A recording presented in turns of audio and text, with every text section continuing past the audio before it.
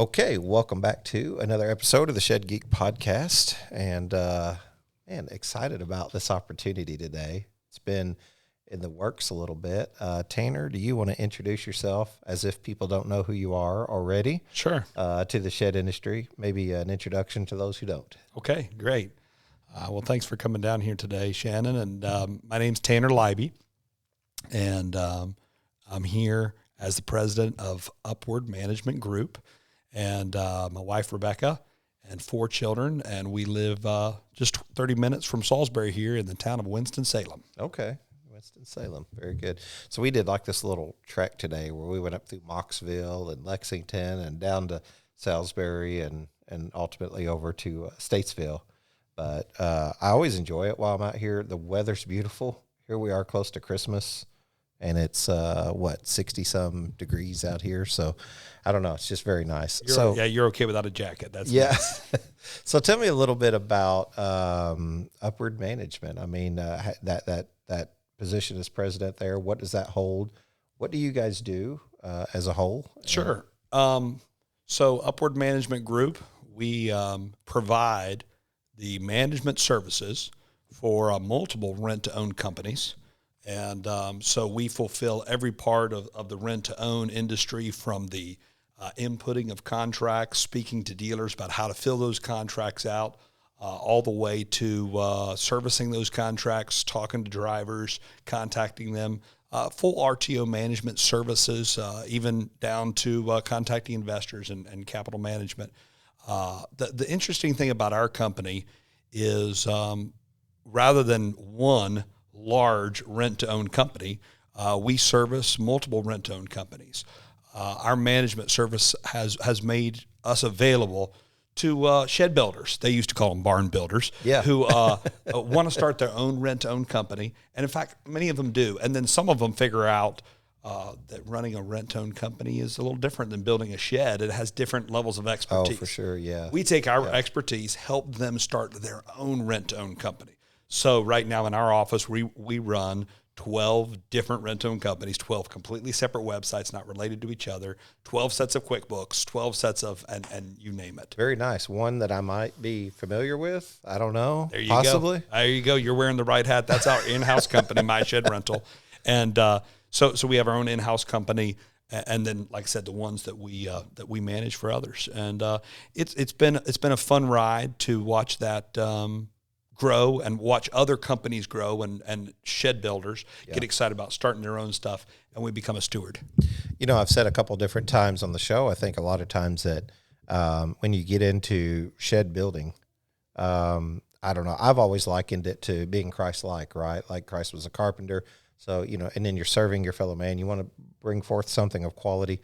A lot of shed builders, they didn't want to know about CRMs or websites or QuickBooks, or just all of these different aspects of managing a rental. From the returns, whether it's voluntary or involuntary. It's like, oh, what have I gotten myself into? I really just wanted to build a shed. Now you go to these sheds. What do you do? Well, I got to sell them. Well, now how are you going to sell them and the processes? And it's really a lot, is it not? It is, and what that reminds me of is the very first shed I sold was in 1996. My dad was a corporate guy, ended up getting rid of his business and trying to do something with me and my brothers, and which is, just a tribute to him, to being willing to do that as a family man. So I'm very grateful for my parents. But in 1996, started these little dealer lots, and I remember selling my first shed. It was a 12 by 28. We call it a carriage. Some people call it a Quaker. Okay. With that little 18-inch overhang with a nook porch, the 3 by 8 nook porch we call it. And it was a big deal because a 12 wide with an overhang like that has to be escorted. So it's like, how do we do this? And we ran that business for about 8 years, selling sheds out of pharmacy parking lots and what have you. Nice. That goes back quite a ways. I mean, there's very few people that I would think could say they were selling sheds in 96, still selling sheds today. That's interesting. I think about that. 96 has a particular moment for me. I remember I started dating my wife in March of 96. We obviously weren't married. We got married in March of 2000. But so I think back about how long that's been. It's 15 years old. And, you've been in it for a while. Yeah. Hello, Shed Builder. This is the Shed Geek, here to tell you about one of the coolest things I've seen, the first of its kind, the Joey Pivot Lift. I have visited hundreds of shed manufacturing shops across the country, and one of the first things shop owners and shed builders mention is the amount of fatigue that is placed on the everyday builder. If you own a shed shop, you know that your builder is an asset to your future. With the Joey Lift, you'll see more production, and your builder will appreciate you investing in their well-being by replacing the thousands of steps they have to take up and down a ladder all day. The Joey Lift is perfect for shed builders, roofers, painters, and laborers working to add that special layer of detail on your shed. It's so easy, even a geek can drive it.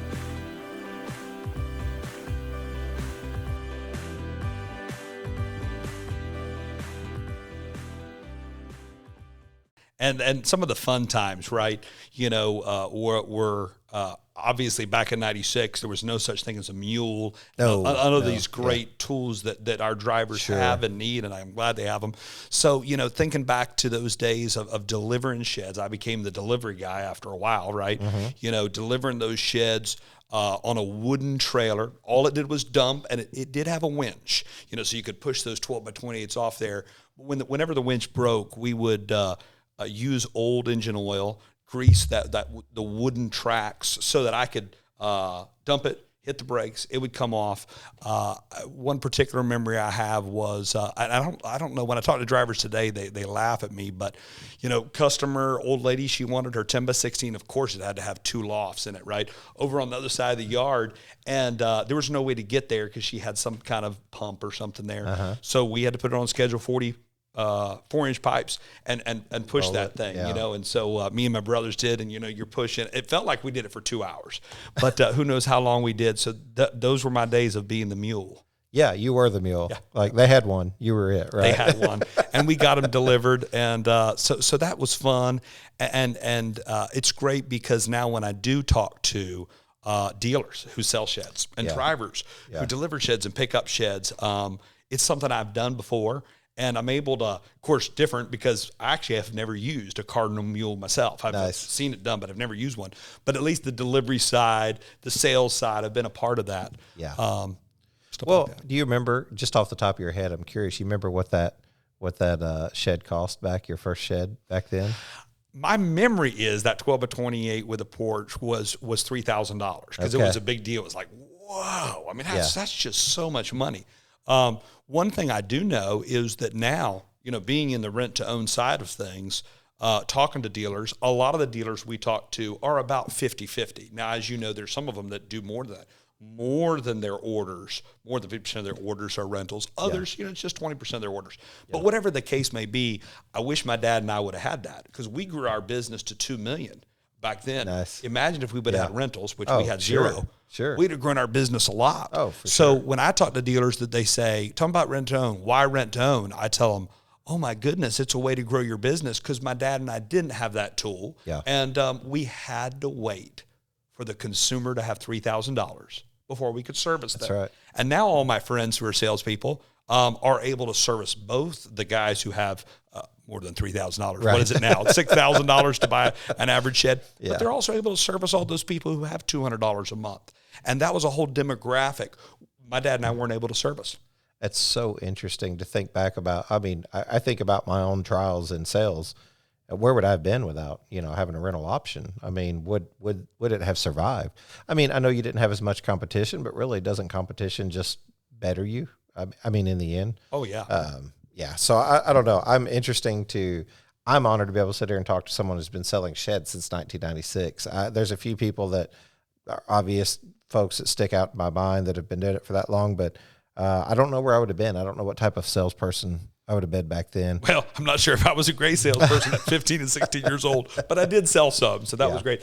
And again, just thankful for my parents for giving me that opportunity to sit in front of QuickBooks in 1996. I opened QuickBooks for the very first time. I made so many mistakes. I remember, loading everything and loaded the inventory wrong. And so, you're able to now, many years later, when I'm helping our accountants and stuff do stuff, try to remember not to make the same mistakes I made then. Hey guys, this is the Shed Geek, and I'm here to tell you about the latest in financial innovation to hit the shed industry. It's a program called Backyard Finance. Everywhere I go, shed manufacturers and shed sellers are always asking, how can I get a better payment option for my customer? At Backyard Finance, they're making this a reality. You might be asking, how do I sign up? Simple, just go to Backyard Finance, click on the Get Started Now button, and create an account. After that, you'll have 200 plus banks competing to give your customer the best financial terms possible.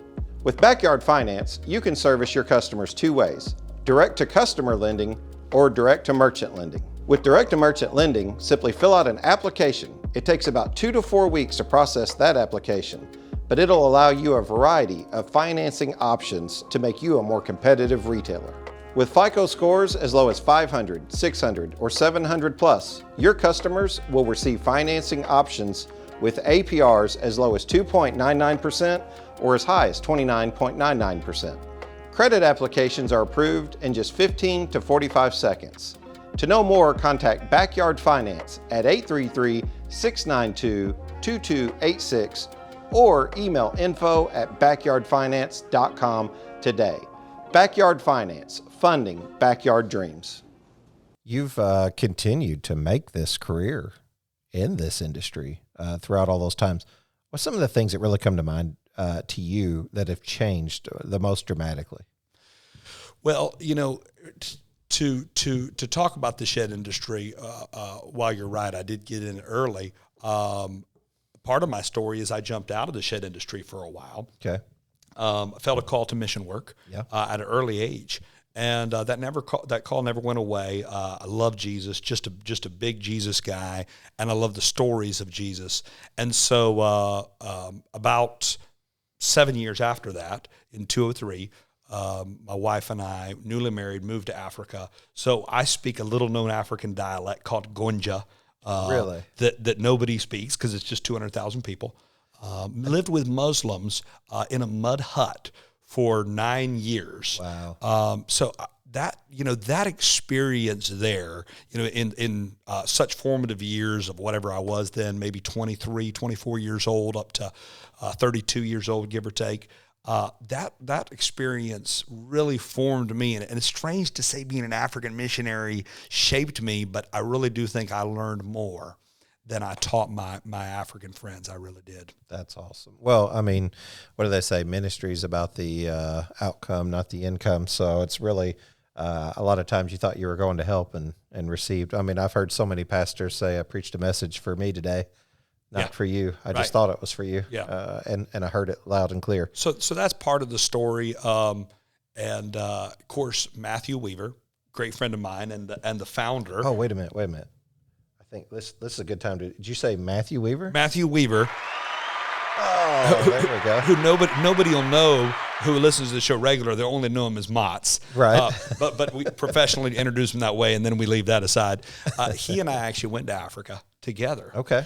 20 years ago before I moved there. Nice. And so then when I came back from the field, I'd heard that he had done some rent to own. And we got back together, as it were. And that's how we ended up starting Upward.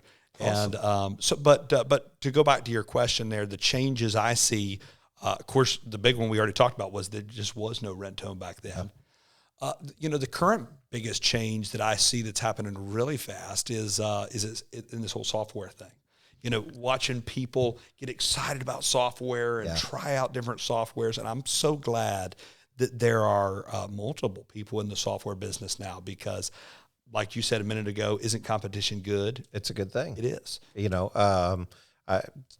The thing that stuck out to me was whenever somebody said, when you're going down the road and you want to eat, do you want a restaurant that's the only choice way out in the middle of nowhere, or do you want where there's a bunch of restaurants that you can choose where you want to go? One other guy said it this way. He said, if your competition moves in, if somebody, he said, I have no competition. He said, if somebody moves in a shed lot right across from mine and they say we have the lowest prices, all you need to do is hang a sign on your door that says here's the main entrance. So you don't always have to compete in it. Where does integration stop? Because I always say it's not about taking a bigger market share, it's about creating a bigger market. Okay, and I think synergy inside of the shed industry and camaraderie and integration, those are all good things, but they do have their point to where, hey, we can no longer separate, and I can't tell where my company ends and your company begins. Sure. Some of that's good in integration. Some of it's bad whenever you're never really able to maintain your goal of pushing your company forward and continuing to do what you want to do. But for me, success means giving back, right? It's not just about gain. Part of success is actually giving back, in my opinion. So if I'm gaining, I have a social responsibility to take care of my fellow man. It's not just about me continuing to find new levels of success always. I want to see others find it too. So I don't know where I got on that rabbit hole. Yeah. There's so many things you've already said that I could really chase down, and we could go down. 9 years overseas.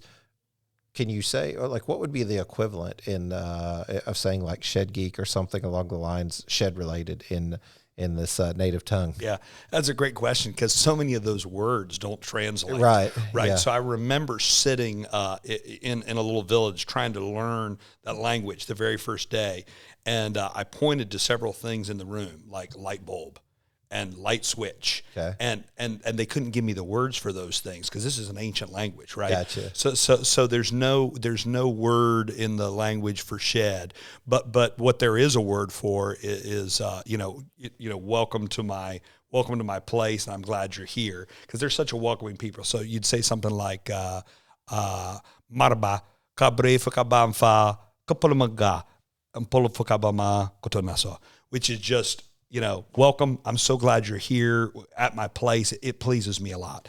And so, just one of the takeaways from that culture, the Gonja culture, was just community. And we missed that. That's probably what we missed the most, my wife and I, and our 3 sons were born there. When we came back, the community of Africans, us being involved in their funerals, marriage and stuff. We came back here and realized people often live in a house and never talk to their neighbors. Oh, it's so true. And it's something, kind of bouncing back to the shed world here, but something I do enjoy about the shed world. There is this sense of community. I love going to, whether it's the dealer days, when I see folks, of course, the big events that no one should miss, like a Shed Expo, or for us, an NBSRA, or National Barn Rental Association convention. Getting out and having that community, seeing drivers who have community with each other. Yeah. And I think some of it, Shannon, really, to me, is when I somewhere began to change, and I can't remember how it changed. I know it was influenced by different people, but to try to not have that scarcity mentality, that the market's so small, what I do, and like you said, competition. So I think in many years past, I remember having that scarcity mentality, kind of being worried that there weren't enough marbles. But now, trying to have that abundance mentality changes me. We don't want to be the biggest management company in the world. We actually have no desire to run the largest rent-to-own company in the world. We do really enjoy running Upward Management Group. And the reason we named it Upward is we want to draw our people up. Yeah. And so whatever that is, right now we've got an initiative going back there for 3 of the folks on our new career path development, where we're helping them. They wanted to get their associate's degree. They've been here a year. We're helping them. We're calling it our dime, your time. So we're paying for their degree, but they're doing it in the evenings on their time. So we're both kind of giving something towards it. And that's, to us, that's upward. That's drawing people up. I think it's a difference in a take mentality and a give mentality, right?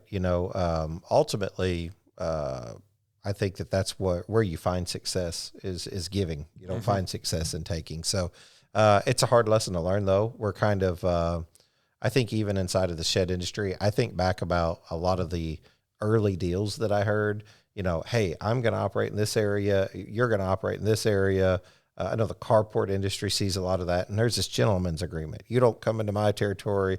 I don't come into yours. Oh, no, somebody came over into mine. And then everything breaks loose, doesn't it? And now all of a sudden we can't function. We can't be neighborly. We can't be community. There's all these like negative feelings towards and then heartburn. I mean, yes. And you and I are the age we got to watch out for that, right? You know, so and that heartburn comes up. You're right, and we do. I have a couple dealers and manufacturers who will call and say, "Hey, are you doing rent to own in this area?" Because if you are, we can't work with you and all this stuff.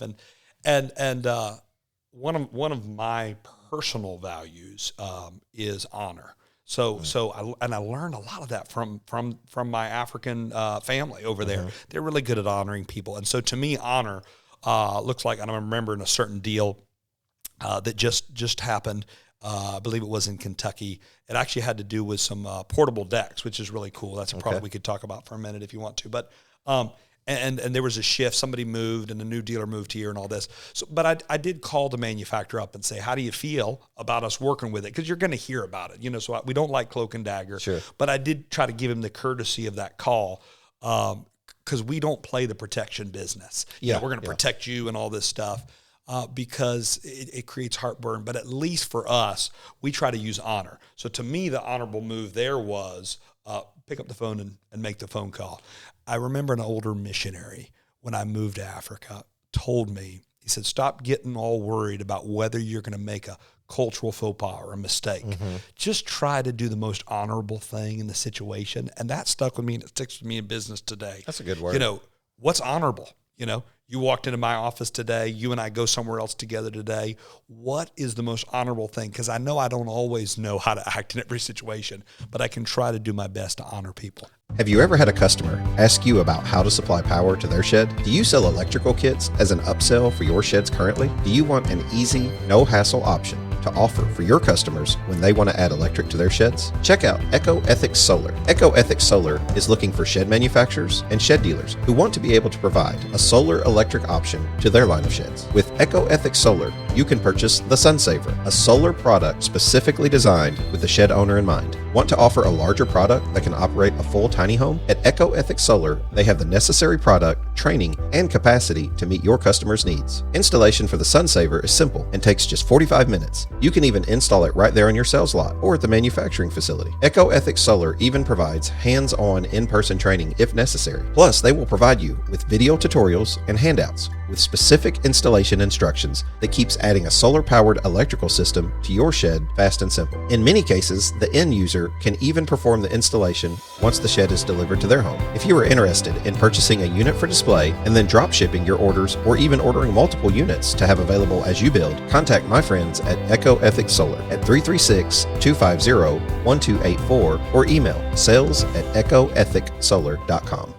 I've struggled with that even in the communication barrier, culture barrier with like the Plain community. I didn't grow up in a Plain community. Yeah, me neither. And I'm always thinking to myself, like, how do I show? I mean, we grew up in two different cultures, and even some of the things that run deep in my mind and my education and teaching and upbringing, we may even like disagree on. Right.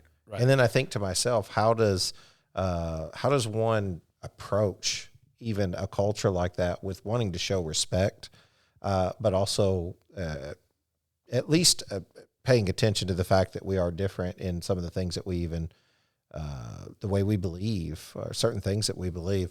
It's a struggle, but iron sharpens iron is what the word says. So, I mean, I think that there's a reason to have a conversation. I'm never one to back away from that, hence a podcast. Yep. It's easy to talk. I spent a lot of time whenever I was young, quiet and listening. I know all the sayings. People say, "Oh, you talk a lot, gift of gab." I said, "Well, 2 ears and one mouth." I'm like, I heard them all. Trust me. I spent a lot of time listening. So I guess that's why I'm spending a lot of time talking. I enjoy people's stories. I love that. I didn't know this. I've known you, and I didn't know anything about like this missionary part of you. And you talk about, before we got on air here, that you went back to Africa this year. That's as part of your mission work. Yeah. So while I was there for those 9 years, I realized that I didn't know how to be a very effective communicator. I tried to take the biblical theology stuff I knew, Romans Road type of stuff, churchy stuff that we do here. Yeah. Nothing wrong with it. I love my church, but it is very American churchy. Yeah. And it didn't work very well over there. So I had to go back to the drawing board. I learned from some other African leaders how to use the Bible as a storybook. And Jesus is my best example. He was just a great storyteller. Hey, guess what the kingdom of God's like? It's like a farmer went out and did this or whatever it is. So I went back to some training, got some training in how to be a master storyteller. I learned from other storytellers. And so that's kind of my passion now, is how to be a communicative storyteller. I use Bible storytelling to help leaders communicate the gospel and gospel truth. Gospel for me just being good news of Jesus. So we one of the reasons that I ended up joining Mott's and this company was when I came back from Africa, and he asked me if I'd come and work with him.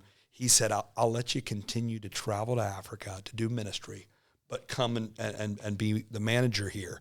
And I thought, boy, howdy, who's ever going to offer you to come manage their company and still travel to Africa? So he and I got together because of mission.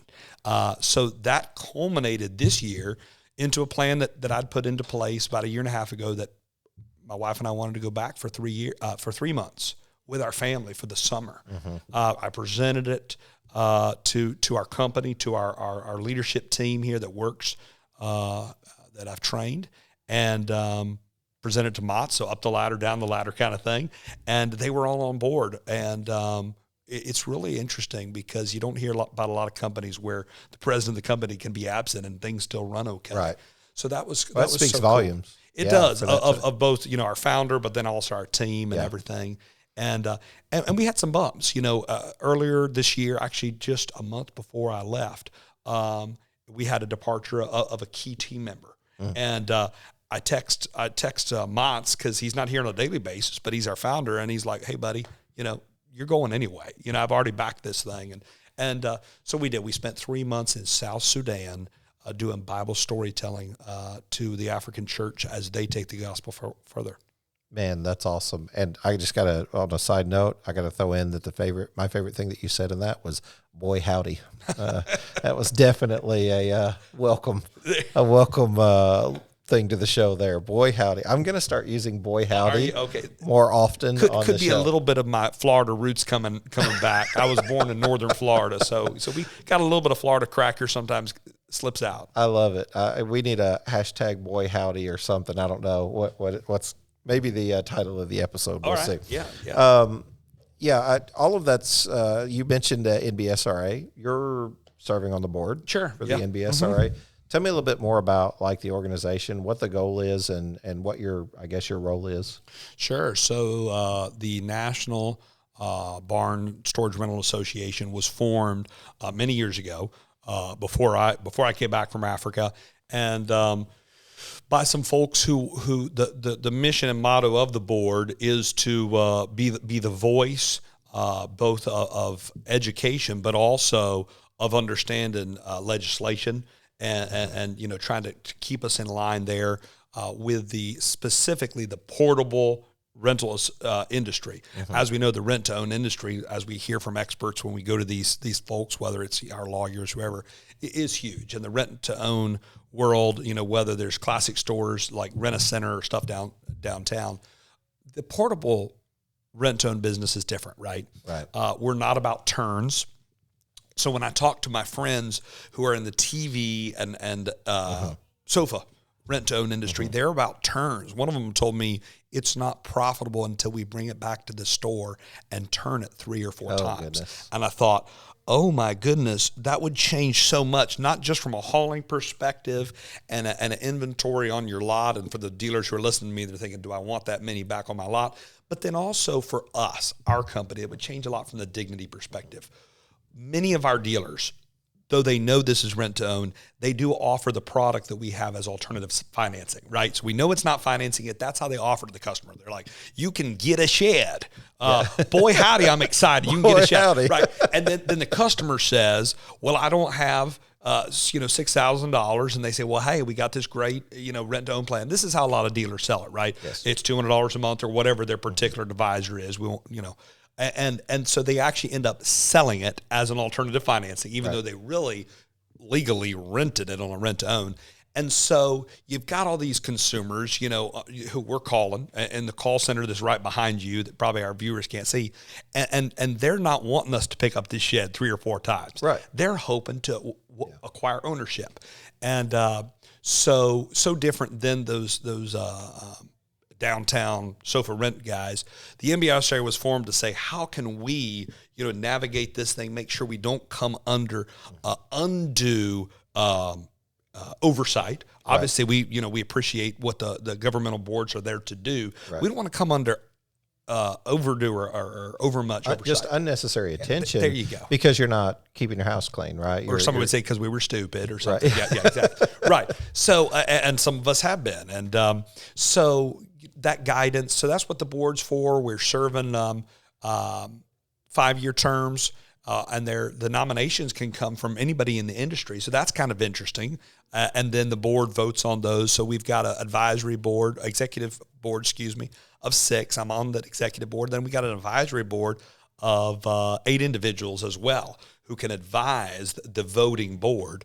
And so one of the fun things for me, the takeaways has been, I love getting in the room and talking to all those experts. Most of them, I think really all of them, are my competitors, right? So, you're talking about what can we do? How can we educate the industry better? And you realize as we have those conversations, we're competitors talking about how to educate the industry better. And so you look around the room and you hear some of those gals and guys talking, you're realizing this is coming from a motivation of doing the right thing. Yes. And educating. Yes. And the first time I went, talking about that scarcity thing, I asked Motts, I said, wow, y'all all get in the room and encourage each other as competitors. And he said, yeah, we really do. And so, kind of moving away from this scarcity mindset began to really come out. And I'll say a lot of those gals and guys in the room, that's how they are. That's how they feel. That's not to say everybody in the industry is that way, because not everybody in the industry is in that room. Yeah. But huge respect for what that board has done for trying to educate. Are you a shed manufacturer, dealer, or hauler looking for a trusted resource to build or upgrade your website? Do you need a simple business website or a more robust and dynamic e-commerce site? Are you looking for an affordable option with digital marketing solutions for your small business? Are you looking for paid ads using Google search engines or social media platforms to reach a new audience? If you answered yes to any of these questions, it's time to check out Troyer Websites of Texas. Did you know that 46% of the 5.6 billion searches made each day are for local businesses? At Troyer's, our SEO strategies will help you get on the first page of search results for your shed business. At Troyer Websites of Texas, you will be sure to get 5-star customer service with proficiency and skill. Troyer Websites just launched their managed digital services to incorporate all your marketing needs into a single dashboard. Here at the Shed Geek Podcast, we trusted the team at Troyer Websites of Texas to develop our website, and we couldn't be happier with the results. To know more or schedule a discovery call, simply contact the Shed Geek at 618-309-3648 or email info@shedgeek.com. Well, and I think it's great to be able to come together as competitors and still release points of neutrality that you want to see growth in the industry. I mean, I'm always saying that if you put everybody in the industry above or below the equator, as you begin to bring the knowledge base up from those below the equator, then you can raise the equator more. Everything moves upward. Mm-hmm. You know what I'm saying? Well, here we go. There you go. Everything Thank moves you for that. Upward. Bite yeah. There. It just to me, it's you're bettering everyone if the lowest, if you want to call that, or the weakest link, gets educated.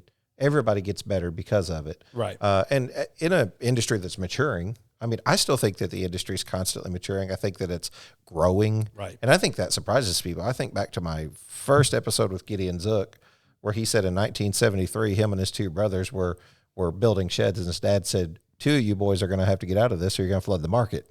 And 50 years later, can you imagine?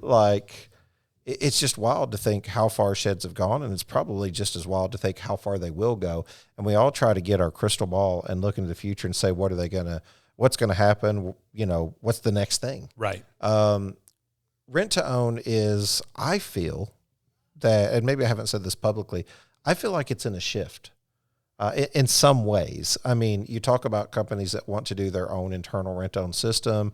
They want someone to manage those contracts. They don't want the headache of I mean, it's the same with like online sales. You're starting to see, between e-commerce and online sales, and just, the way people are trying to reach customers and really the way customers want to be reached.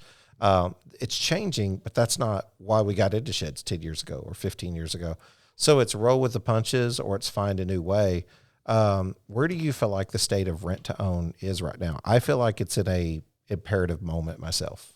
That's just my opinion. But what do you mean by imperative? Imperative as in, it's not, if you go out and you're, say, a rep for an RTO company, which I've done, it's not always giving out donuts, right? Yeah, giving out donuts. Yeah, that's right.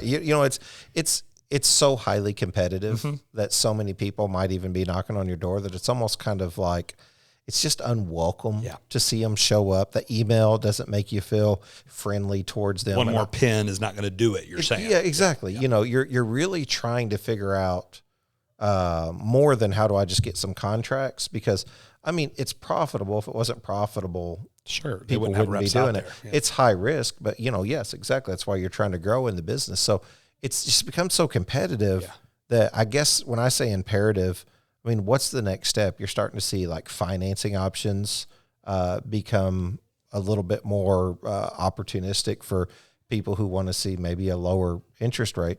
Or rental is different than interest rate. If we just started there on an education level, and if we could just today only, get everybody who sells a shed to understand that renting a shed is different than financing a shed, we'd already be successful. We could grow just on that. It's just the wording. Yep. I mean, the education, the lack of knowledge, and I think it's the lack of taking your career seriously. If you're selling sheds, why not know everything about it? Right. And why not be the experts, right? That's right. Because when I walk into anything, whether it's a bank and I need to know about something, or a mechanic, boy howdy, I don't know anything about how a carburetor works. I just don't. Yeah. And so I want those guys to be the experts. That's right. Tire guys. So we need to be the experts. And my word to dealers, if I could have a word, and I love my dealer friends, it's so amazing to me how many dealers, I think I'm gonna get in trouble for saying this, but how many dealers are plumb lazy. And then the really successful dealers, they're like just the opposite, right? Any dealer that's not lazy won't be offended by that. Okay, good. And I see some great dealers, and they're just such hard work, and they're knowledgeable folks. And then there's a lot of dealers that are just kind of lazy about it. And I don't know if it's because selling sheds is maybe more of a side business for them, and I understand that. And yet what happens is the consumer doesn't know that. So he or she walks in there, and they don't get a knowledgeable ticket. Let me give it to you in the words of my customer service reps who are sitting just right behind you. I often ask them, why do customers get upset with you as a rent-to-own call rep? And their answer is always, the most angry customers who call the 12 different 1-800 numbers and talk to somebody here at Upward Management Company are the ones who say, my dealer lied to me. And I know a lot of dealers, and I know they're not out there telling lies on purpose, but it's that feeling that all of us get when we think we're not told the whole story. So one of my messages, whenever I see dealers, or I'm able to go to a dealer, dinner or whatever it is let's educate, That's right. Because let's be transparent. One of our company values is transparency. In fact, you probably saw when you walked in here, the glass. Yeah, I love it. We put the glass in here to help folks know our values right up front. Yeah. So letting consumers know, hey, this is a great option for you. You told me you don't have $6,000, or let's use an easy one right now because this one's easy to memorize. $4,800 shed. All right. Consumer comes in, they say, well, I don't have $4,800. For most of the dealers we work with, they use a divisor on a 48-month of 24.0. And so the math, we can do that in our head, of 4,800 is high. That's a $200 payment. So they'll be able to have that conversation with the consumer or the customer to say, well, we can get you in that shed for either $200 down or possibly it'll be $400 down because in some states we require security deposit. Just depends. You can get that delivered for $400 or $200, and then every month pay $200. And guess what? in just 48 months, you're going to own it scot-free. Yeah. Or, you could do an early purchase option, or if after 3 months, man, you've spent the $600 and Lord moves you up to New York or some state that I don't want to move in because it's too snowy, then you can return it, and then going ahead and showing them, oh, and by the way, if you do run this whole thing out, the full 48 months, and most of our customers don't, but if you do, it's going to cost you about $9,600. It's going to cost you a lot more to stretch this thing out. Yeah. And just that, I just did it with you in 90 seconds, but just that 90-second conversation of being fully transparent to say, hey, you haven't only put up $200 to get this thing delivered instead of $4,800. It is going to cost you some more. And let's talk about that, because what the customers do is when they're not told that, they end up calling and leaving a bad review. Right. Not for the rent-to-own company. And see, that's what a lot of people think. They don't. They end up leaving a bad review for their dealer. Yeah. And so dealers are actually being hurt, and they don't even know it, or even maybe if it's a manufacturer, if they're well-branded. And so a lot going on there, I guess. So to throw an objection at you, just to see where you kind of stand on this, a customer comes in, they're very impulsive. A lot of times retail shoppers are impulsive, right? So you're doing your best to try to educate. I think back to my episode with Dylan recently where he said, Shannon, you sold sheds in just a weird way. Well, I can tell you how that way was. It was build a relationship. It was slow them down enough to change their impulsiveness, to have a chance to expound on the knowledge. Like here I am thinking, oh my goodness, am I selling a shed or am I becoming a financial advisor? I'm really trying to do the right thing and talk about, well, what's your budget? Shoppers are so impulsive that for, let's say, a dealer who has 50 buildings on their lot, and they have a side business or a main business of, I don't know, a car detailer or you name it. Yeah.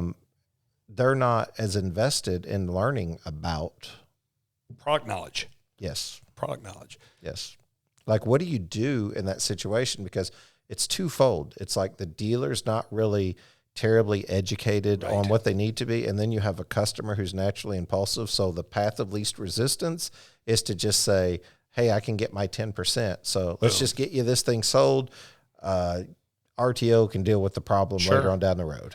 And now let's be hard on the rent-to-own guys. Okay. Because I was hard enough on the dealers, or as I mentioned, not on all dealers, but just the ones I don't know that what your problem is. I love dealers. Exactly. So now let's be hard on us, the rent-to-own guys. Yes. The seemingly unending hunger for contracts, just every RTO company out there saying, give me more contracts. Here's donuts. Here's more. If it's not donuts, it's pens. And there's other things we can't even talk about here that people do to get contracts. That insatiable hunger, never satisfied hunger, has led to a lack of informational content. Yes. Like videos. Preach, it's like, brother, preach. Really? So for the dealer, and let's go with that guy. Great, hardworking man. He mainly sells greenhouse stuff and occasionally sells a shed. You mean his RTO company doesn't provide him with a video to like give the sound bite in case he can't memorize it because he only sells or rents 10 sheds a year? And the answer is there's such a hunger, to grab contracts and rush on and to find, he can jump to another rent-own company or usually it's his manufacturer can. Right. So there's no requirements put on him. Show this video to get qualified because he knows, the RTO company is going to eat it up even if it's what we call a poor contract. For us, a poor contract means poorly explained. Right. So, and I don't know when that's going to change. When are we, blaming me, the rent-to-own guy is going to get a little bit less hungry so that we're saying slow it down. I'd rather have 8 great contracts than 12 miscellaneous contracts. That's right. And I don't know what, maybe when a few more of us get burnt, and I'm not wishing that on me or anybody, but the industry matures. Let's talk for a few minutes about a couple things that I do want to help dealers in if I can. Okay. I have dealers call and say, and manufacturers, sometimes it's owners of manufacturer plants, And sometimes it's owners of rent-to-own companies who we manage say, how can I grow my rent-to-own sales? Remember talking to a dealer who said, I just don't do many rent-to-owns. What should I do? I can't seem to flip anybody. I tried to talk him into it. And I said, never do that. And he said, what? I thought you're the rent-to-own guy. I said, yes, sir, I am. And he said, never talk them into rent. I said, no way. Right. Why? If you're doing whatever it is, 500,000, 200,000, $1 million, doesn't matter the number, in sales right now, in cash sales, why are we going to flip any of those? Right. I said, okay, so you're shooting yourself in the foot. I said, no, let's talk about all that demographic that you're not yet selling to. And so that would be my message. If I can be of any help to any dealer out there, I've actually done a few of our own in-house slideshows and stuff to help our dealers that we work with to say, here's how you might can do it. So some free content would be, look over your advertising. If you're just advertising, tiny homes, and 10-year warranties and elite structures and custom crafted, those are great wordings. But those are wordings that tell me I need to walk into your sales lot with somewhere between $5,000 and $50,000 cash in my pocket, and we just don't all have that in our pocket. Yeah. Right. So where do we start saying there's two demographics? So rather than saying, I want some of mine to be this. No, we're here to service. Yes. Are we financial advisors? No, but everybody's here to serve. I'm here to serve. You're here to serve. We're here to serve God. And then we're here to serve our customers. And so a shed dealer hopefully is saying, how can I service these folks? These are going to be the greatest $200 a month customers that ever walked into my door. How can I service them today? Yeah. And maybe these are going to be folks that want to get out of my door in 2 minutes. I want to do that. Give them as much information in as short a time as possible, because you're right, that is happening. I just always got to a place to where I just assumed that if I wasn't going to get the sale because they weren't willing to take the time to understand the process thoroughly, it just that's why I joined Facebook pages that kind of discuss this stuff. I mean, that's why I still see misinformation on there all the time. Sure. Or it just, a lot of times it's not intentionally not knowing, they just haven't been trained. What do you do whenever you don't know? You're going to go to the closest thing that you think is the truth. That's why customers come in and say things like, I can build this shed for less. No, you can't. You probably can't because I'm getting bulk pricing on lumber. You don't realize that. You know what I mean? Like they're not, they don't have a choice. They're going to the knowledge base they think that they have. Oh, that's way overpriced. I can build it for less. Well, it's the same thing with rent-to-own. Well, you guys finance these? The answer shouldn't be, yes, we do. You know what I mean? But it's the path of least resistance, because now you got to say, no, we rent these, and you can attain ownership if you rent it for 24 months or 48 months or whatever the tier is that you choose. Right. But we don't do that because it's the path of least resistance. That's almost kind of a laziness. And I think you're right, man. I think as RTO providers, I think it's just so simple to go out and instead of just get the next contract, let's educate, because you don't have to pull away from those cash customers. I mean, you just don't have to pull away from them. Let them. The cash is still the best way to buy, sure. Is it not? Oh yeah, I mean, and we encourage it, even though in our particular office we never see those. We're not, we don't service the cash stuff, but we know every cash sale helps that manufacturer or that dealer who we're a partner with. Now their business got better. That's right. Hopefully they were able to buy one more Christmas gift for their kid, or maybe help one more person. And thinking about that scarcity thing, I guess where I had to change my mind, because my heart needed changing, and it still does, is, just kind of watching those stories of Jesus. And, so there's a moment where Jesus tells his followers, who we call disciples, but they're friends and followers, hey, it's going to be better for you if I leave. And they're like, no, you got to stay around. And he says, no. And what essentially he's saying is, I'm going to multiply myself by leaving. By me leaving, sending the Holy Spirit, you 12 people are going to go out here and affect the whole world. So I'm going to actually leave and let others take this message. And then he turned to a couple of those guys who weren't doing real good at the moment and said, you're going to do greater works than me. And a lot of people read that and say, that's weird. No, nobody else turned water into wine. But what really happened was, here we are, me and you sitting here today, and because of those 11 friends, because one of them went bad, right? Because of those 11 friends, boy, we're still talking about things like Jesus and church and discipleship and fun and good stuff, because Jesus believed that, spread this thing out. And Tanner's normal reaction would be, keep it in, it's me. Sure. And so I want to be more like that, I'll tell you what, transparency has just never failed me. You know what I'm saying? Like not yet. I really don't see where it does. And if you're running a business, like how do you label yourself as transparent, but still able to keep your secret sauce that's your competitive advantage? That's a road we almost walk, I suppose. But I love what you're doing.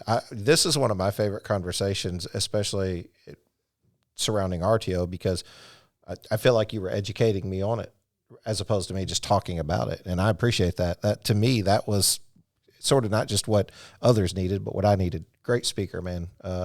Super kudos to you and what you do. This has been one of my favorite interviews just from your transparency, and you come across natural.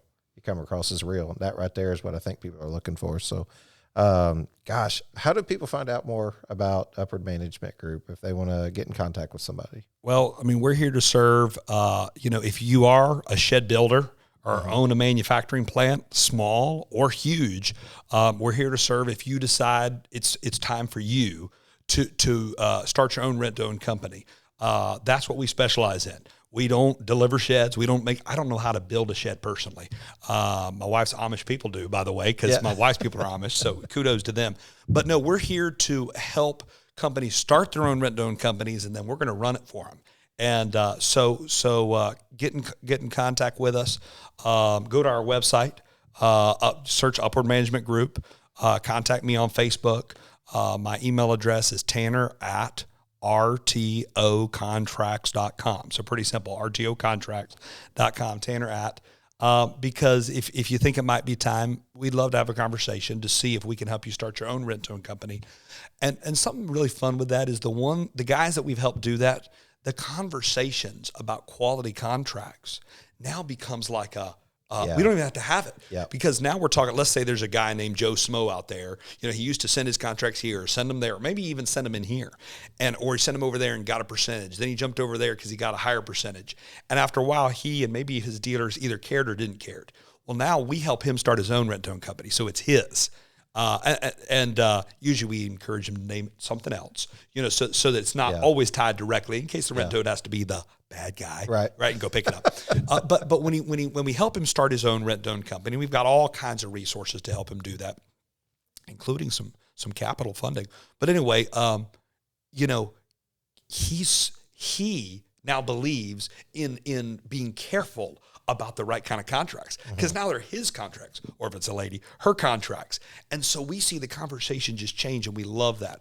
We love working with folks like that, because now they're so invested in the process. And I see this as maybe where the industry will end up going. And it's almost like an automatic way to clean up some of the stuff that you've been talking about. When you educate them, it frees you up to look for new vision. It frees you up to look for new areas of creativity, to where either RTO's going or where the industry's going in general. To me, whenever you're not in that, that learning curve of constantly trying to day in and day out teach these dealers, teach the manufacturing. I've signed up RTO to a manufacturer before that said, I just really needed this because I wear a lot of hats. Guess what I am? I'm the procurement coordinator. I'm the owner, I'm the president, I'm the CEO. I'm the hauler when I need to be. I'm the, you know what I mean? I'm everything that I need to be. So now I've got to teach people about RTO too. Guess what I am? I'm a builder. I'm not an RTO. I'm just taking the words you gave me, putting them into my words. Communication effort. Right. You know what I mean? It's a communication barrier right there, because he's not able to explain it as good as the RTO provider is. There's so many opportunities for that education. But once that dealer then feels secure about knowing what they know and offering it in the right way, and selling it in the right way, in a way that can be successful for the buyer, in a way that can be successful for the provider, for the builder. Whenever they do that, it frees you up for new creative opportunities. Where else can the shed industry go? How much more can it do? Rent to own wasn't a thing or not much in 96. I mean, it wasn't like it is now. No. Cardinal mules weren't a thing. What is going to happen in the next 5, 10, 15, 20 years in the shed industry? So I don't know. I just hope I'm around to see it. It's been It'll good be to me fun. and my family. I love it. I love sitting down and talking to folks like this. It feeds my soul to sit down and sit and talk about these things. Appreciate you so much for being here. Boy, howdy. Yeah. Boy, howdy. Boy, Was howdy, this a this good was show? funner than we thought it'd be, right? You want to, I always like to pray. You care to just kind of pray us out over the industry? I'd be glad to do that. Be Awesome. honored. All right. Yeah. Father, we come before you. We thank you so much for your love to us and for your faithfulness. Boy, you're the same, even when I'm not. And Lord, as we think about this industry and think about the listeners who might be listening right now, thank you for them. Thank you for the dealers, the owners, the drivers, the paperwork folks, the painters. We could just mention them all. My RTO competitors, thank you for them. And we pray safety over the folks that might be on the road or might be at sales lots. And Lord, as this industry continues to grow, Lord, we want to help people. Just think about less fortunate people who don't have a home. It's getting cold right now. And so help us, help me as industry folks to be generous, both in our communication and then also in our giving. Thank you for these opportunities. Help us to not take them for granted. Thank you for Shannon and his team and his family. And we love you. In Jesus' name, amen. Amen.